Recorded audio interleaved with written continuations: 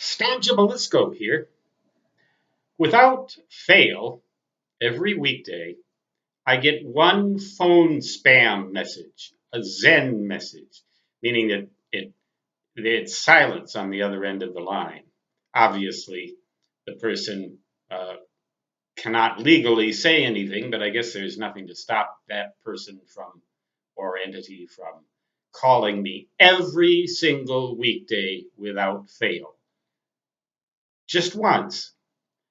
I don't try to trace the number. I assume it's the same person. Every day. It's been going on for weeks. Weeks. The person will never give up. It's like a machine has been assigned to me, and there's nothing I can do about it. It's probably in some other country. Phone spam, and I'm lucky I get only one, because in order to recover my phone messages, I need to dial something like 21 different digits. Uh, if you put that in a row and put commas in between the numbers in the appropriate places, it would render a number larger than the number of atoms in the observable universe. I used to joke about that, but the joke seems to be getting less and less funny. What if I got 5 such messages every day? What if I got 50? My phone message system would become useless. And getting on the no-call list does absolutely no good for this kind of thing. It's very likely not even originating in the United States or from some, who knows? Maybe it's another planet. Maybe someday I should answer it, and I should do like, well, never mind, never mind. The point is, I've recently made some videos about what would it be like if the radio spectrum were unregulated from the very start, if we'd evolved as a different society. And I asked for your input, and you gave me plenty. And I was really quite surprised by the number of comments that favored uh, lawlessness and chaos. Because I, as you may already know, and I will now confess, am a sort of a law and order individual. I was brought up just a couple of decades after World War II ended in the 1960s. And I had my childhood formative years when Dwight D. Eisenhower was president of the United States. My dad used to tell me stories about, well, he still does. He's 94 years old, bless his soul. He told me that story last night. When he was working at Randolph Air Force Base in San Antonio, Texas, he I was like 2 years old, just had been born, and he was some kind of an officer. He never had to go to war, but he did serve for a period of time in the Eisenhower administration. And he says that every evening at Reveille, I used to stand at attention and salute uh, when I was 2 years old. That's the same soul inhabits this body today, believe it or not, and the same soul who made those videos. So now that you know my take on it, uh, I was amazed at the number of people that seem to favor these so-called First Amendment rights. But there were a few who did say that rights also bear responsibilities. And then again, there's something called privileges, like we radio hams have. It's a privilege for us ham radio operators, such as myself, W1GV, Whiskey 1, Good Vibrations. I consider well, it is legally a privilege to be able to operate on the radio bands. The government could turn on a dime.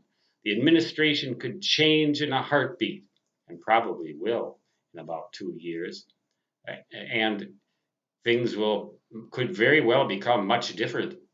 The Federal Communications Commission may have a different way of busting people as opposed to uh, negotiating with them in a calm and peaceful and tranquil, reasonable but firm manner. They may just come take haul their ass after jail. Okay, And then, oh, you can tell the pharmaceuticals are working, aren't they?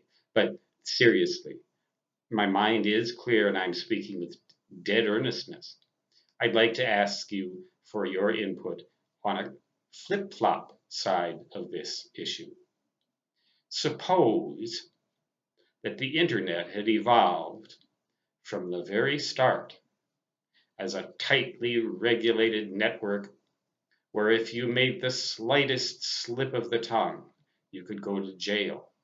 Suppose that communications on the internet were regulated as heavily as they are on the radio spectrum today, or as heavily as they were perhaps, say, during the Eisenhower administration, when Stan Gibilisco would stand and salute at age 2 years old when they played Reveille every evening. Imagine if society had evolved like that in the United States of America and all over the world.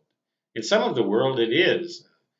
They do try to regulate the internet. I could get into big trouble for saying the wrong thing on my YouTube channel if I was even allowed to have one in some of these countries. Suppose that the internet, suppose that the telephone system, suppose that all of our communications had been regulated from the very start, tightly regulated, so that the slightest slip of the tongue or even insinuation that there might be something wrong with the government, the slightest criticism could result in the American gulag for you. What do you think of that? What do you think maybe society would be better off if we'd evolved that way?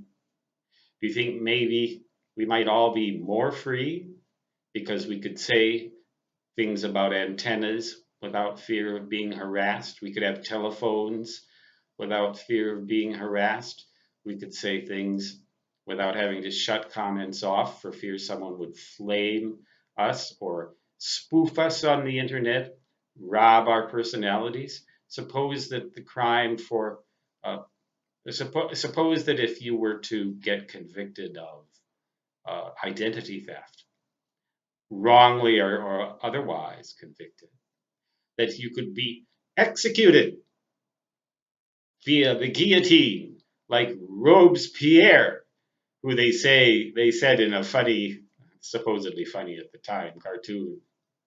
Robespierre had no one left to execute, so he executed the executioner. I wonder after that if he executed himself. Might as well have.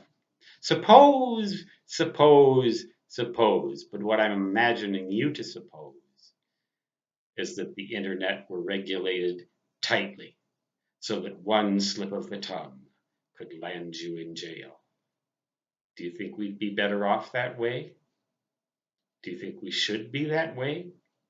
Do you think there's any chance that the United States of America will ever become that way? If you think that's funny, that there's no way that it could ever become like that, don't laugh too hard, my friend. Don't laugh too hard. Stan Gibilisco signing off. Now I'm asking for it. So long.